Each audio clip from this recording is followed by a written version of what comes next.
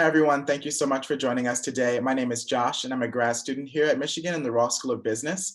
I'm super excited to be joined by Dr. Mortenson, who's going to share with us a couple tips about protecting your mental health during COVID-19. So, Dr. Mortenson, if you want to introduce yourself, we can hop right in. Thanks, Josh. Hi, everybody. I am Dr. Lindsey Mortenson. I am a psychiatrist by training, and I'm the medical director at the University Health Service and chief of the psychiatry clinic. And then in COVID times, I've been stepping in as the acting executive director at UHS. Awesome. Thank you so much for joining me today. So, the first question I have for you today was just with COVID-19 cases rising on campus and around the country, and with the mental health implications that come from that, do you have any recommendations of how students can support their mental health during COVID-19? Yeah, thanks, Josh. It's a really important question. It's a good question and a hard one to answer because mental health challenges are so different for everybody. But here's some things that come to mind. One is get help if you need it. We have a lot of really good on-campus resources.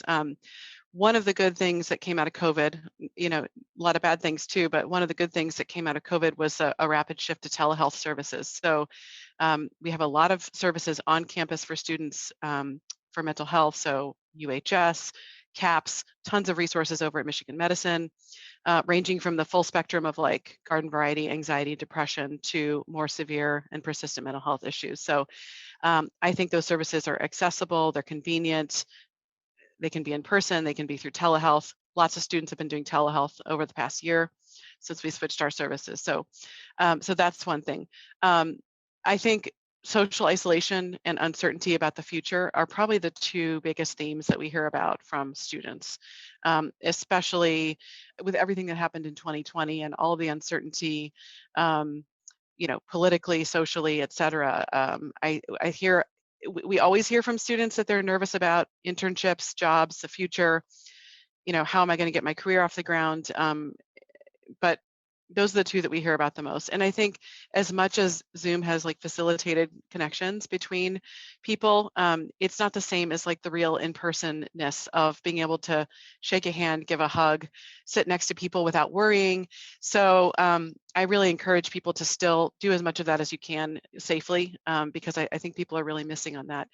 One of the things I am seeing a lot clinically is substance use increases. And that's not just true in college students, but it's true in the general population too. I think as people are spending more time at home, we're seeing increased rates of drinking, marijuana use, and other drug use, not just in U of M students, but that's a national trend. But I worry about that, right? So I guess one of my tips would be, think about ways to minimize problematic substance use because it can impact sleep and mental health, and then in general, I think on campus we're thinking a lot about just ways for people to connect socially in new and different ways, right? Like probably not everybody has gone ice skating or has gone to the arb before, but there are ways to get out and enjoy being outside that are a little bit different from things when we've been able to do safely in the past. So those are some things off the top of my head. I mean, there's a lot we could talk about, but it's complex, and I don't. I also want to be careful not to ever represent that one person's mental health challenges are the same as another person's. I think it really looks different for everybody. Sure. Thank you. Those are incredible tips. I know I love walking in the Arb even in the winter snow. I think it's especially pretty in the winter, but I'm a Michigander, so I'm pretty used to the snow. So thank you Yeah. so much for all those tips. The next question I had was kind of pertaining to any advice that you have for students living on or off campus, but specifically away from their friends and family, and how they can best support their mental health in that.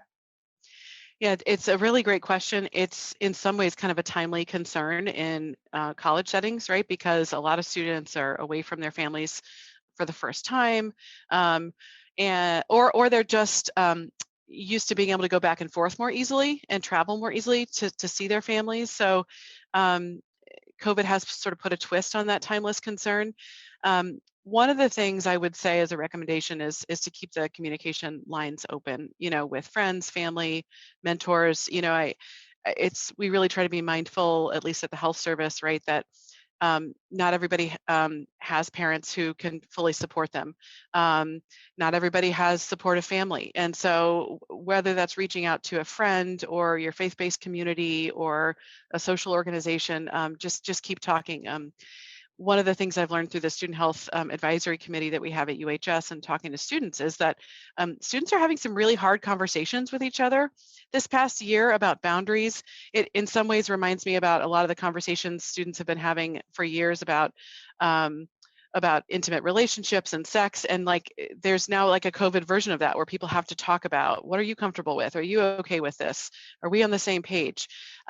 So keep those communication lines open is my first piece of advice. Second is to focus on the things that bring you, joy and fulfillment, whatever those things are. I think particularly with social media, there's, I think, a tendency to feel like you're missing out and like you should be doing things a certain way in college, or that you're not having a full college experience if you're not doing it a certain way. And so, whatever kind of recharges your battery, I encourage you to really think about whatever that is. If it's walking your dog, or, reading a book, or if it's meeting up friends to go ice skating. There's no recipe or single best answer for that. The next thing is I would just think about trying to stretch yourself and think about new activities or ways of doing things and get out of your comfort zone. I mean, in some ways, that's what college is all about. And unfortunately, COVID has limited our repertoire a little bit in terms of what we can do. And so if you haven't tried, uh, ice skating or going to the ARB or photography club or some of the things that you can do safely, I encourage you to keep an open mind and not be too perfectionistic about it, and to think that you need to show up knowing how to do it, and to embrace a little bit of imperfection. Yeah, I love that. Thank you so much. With, the slower than expected vaccine rollout, the new variants, and everything that's just constantly changing, do you have any suggestions on how to best stay grounded when, the world is pretty much uncertain from day to day? As a psychiatrist, I treat a lot of anxiety, and the thing about anxiety is that it feeds off of uncertainty, right? Anxiety and is kind of opportunistic too. I sometimes talk with patients about anxiety being kind of a shapeshifter, and so of course 2020 gave us plenty of things to for our anxiety to stick to, um, and it thrives on uncertainty. And so knowing that about, I think, the human brain makes me think about focusing on the things that are within your control. Not that maybe control is the right word, but focus on the people around you. A metaphor that I think really resonates with me is this idea of tending to your own garden. The people around you, the things that are right in front of you, because so much. Uh, in terms of what's happening in the state and nationally and internationally is not within our control, um, and I would just encourage people to think about the people around them and the activities around them, and to make the most of make the most of those activities. um, but but I also don't want to give the idea that this is easy, right? I mean, I think uncertainty fundamentally about your future and your career and the ability to make and connect with friends and family. I mean, those are some of the most basic sort of human instincts and needs and desires. And so I also completely resonate with people who are struggling with this. Yeah, thank you. I never heard tend to your own garden. I like that a lot. Yeah. Thank you. With everything feeling so distanced, so separated, how do you suggest students go about finding that connection, whether it be with their teachers, their classmates, and just fellow students? Zoom has been helpful, and Zoom like technologies, Skype and other things that have been around forever. But um, clearly, even with Zoom, people are missing out on the real human contact that we had before the pandemic. And that's happening at the same time as people are kind of zoomed out, right? So if the way that you have to connect with people is through technology, then like at the end of a day when maybe you've been working online or in classes and zooming all day, it's hard for people, right, to feel connected and to feel like you want to get back on the screen again. So um, I think I would just encourage people to think about, changing up the ways you're connecting with people. I've been hearing in the academic space about um, people having like little coffee touch points, almost like the way that after class you used to like run into people in person and go get coffee together, like trying to create more of those little moments and transitions with people in the academic space is super important. And I know a lot of faculty are working on those kinds of things.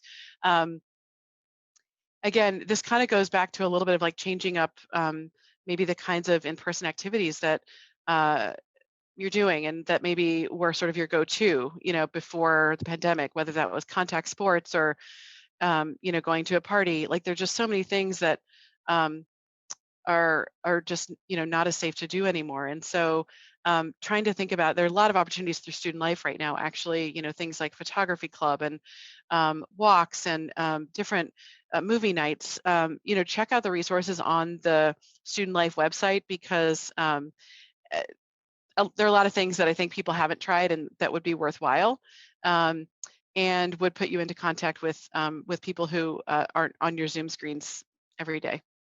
Yeah, awesome. Definitely didn't even know they had a photography club, and I'm gonna check that website out now. Good, good, good. Thank you. So this question's kind of related to one we talked about a little bit earlier, but I'd love to hear if you had any other examples about how students can really focus on lessening their anxiety, focus on themselves and just their overall well-being while feeling somewhat isolated or cut off.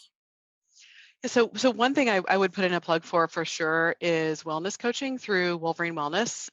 So I think probably a lot of people are used to seeing that kind of wellness wheel, that sort of pedal that's in the bottom of your Canvas screen, the bottom left. I really like that that's embedded there, because it's a reminder, I think, to all of us that wellness has a lot of different dimensions. And what I like about wellness coaching through Wolverine Wellness is that you get these like nice long appointments with a wellness coach, and it's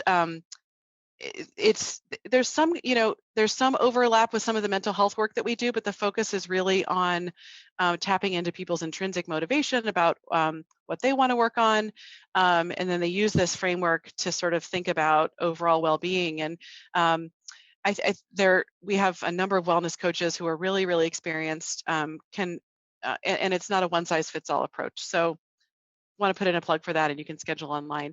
I know CAPS also has different kind of affiliation groups and groups for people struggling with similar mental health issues.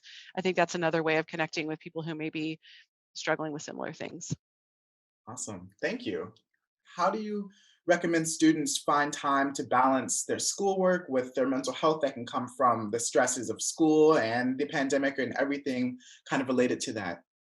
You know, my jaw drops a lot when people tell me sometimes how many credits they're taking in addition to their extracurricular activities, to the jobs they have, and sometimes they have commitments to family members. Um, and there's super good reasons for why people take 18 credits. And I say this, a bit from my own experience as an undergrad, and having done this to myself a couple semesters. You know, it's hard to do, to be fully engaged and do that many things really, really well. And I would say, on balance, the students who are feeling better and like they're in a flow with their work, and they're not constantly running behind and have too many balls in the air, are taking a more comfortable credit load. Now that's a privilege, obviously, and some people are trying to graduate early and have other reasons for overloading their courses. But I would just say, try to think of the full picture of the things that you're committed to, because I think there's a risk with the overcommitment of having more shallow engagement with things that you actually really care about, right? And I'm so guilty of this, of wanting to like subscribe to this, or remember wanting to take 6 classes because they all really interested me. Um, but after the first few weeks of the semester, I think that some of that initial enthusiasm wears off, and then sort of the burden of all those commitments, which are great resume builders and completely do pave the way for future opportunities. But I don't know that it's always as fulfilling. It doesn't sort of refill the bucket, so to speak. So I would just encourage people to think about how to deepen engagement. Maybe you don't go all in on one or two things, but how to deepen engagement with a few activities, Mhm. so that you can kind of dig deeper, get to know people better, and have a more meaningful experience. Yeah, I 100% relate to everything you said. So thank you. I wish I'd heard that 5 years ago. Yeah, right, right. What are some ways you'd recommend that students can safely engage in different activities during the winter term? Yeah, so this is probably old hat at this point, and I know we've heard it all so many times, but there's a lot that you can do, but you want to wear a mask and you want to be socially distanced. And then, my recommendation, of course, as a physician, is when you get a chance to get the vaccine, to get it. Uh, I think winter is challenging, but there's more to do than you think. And even though classes are fully remote, I mean, it doesn't mean that our social interactions need to be fully remote. And I think, we see the full spectrum on campus, right, of people who, are going to parties, are socializing, are not being safe. I'm not saying that in a judgmental way. It's just as fact. And then you have the other spectrum of people who really are genuinely fearful, and they may have reasons to be really, really concerned, right? They may be immunosuppressed, they may have severe asthma, they may have a person in their family who was impacted by COVID. And then you have a lot of people in between, right? So I do think there's a ton you can do safely by uh, wearing a mask, being socially distanced, and just having honest conversations about boundaries and what other people are comfortable with. And I will say too that the reminder about sort of the more cautious end of the spectrum for me is that we have students on campus who have really been differentially impacted by COVID, right? Like we know that illness is usually mild in most college age students, but a lot of our students have had, relatives or friends who have been severely impacted by COVID, or who have passed away from COVID, and have have almost experienced a kind of COVID grief, and have been, disproportionately impacted by COVID. So, um, I just try to keep in mind that full spectrum of students, because we have all of them here at Michigan, and um, that's why I think those conversations around boundaries are so important, and not to make assumptions about what other people are comfortable with. Mhm. Yeah, thank you for that. I love your perspective so much. So the last question I have for you today is just any general tips or advice you would give to students, faculty, staff to safeguard their mental health as we continue to battle and endure through this pandemic.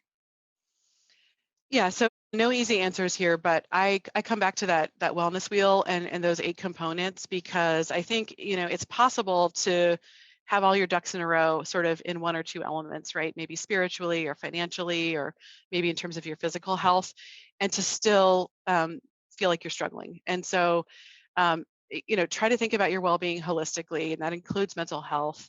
And don't be afraid to ask for help. I mean, fortunately, I think we're in a place now where many students feel less stigma about asking for help, but there's stigma in different pockets, right? You might feel comfortable talking to a primary care doctor about it, but it feels hard to make an appointment with a therapist, or to admit or talk to your friends about what you're struggling with, because it seems like on the outside nobody else is struggling. And I think that's something that comes up a lot with students, is like you know if people aren't talking to people about their mental health, it's when you ask why, a lot of it is like a feeling of, I don't want to be a burden and bring people down, or everybody else seems fine.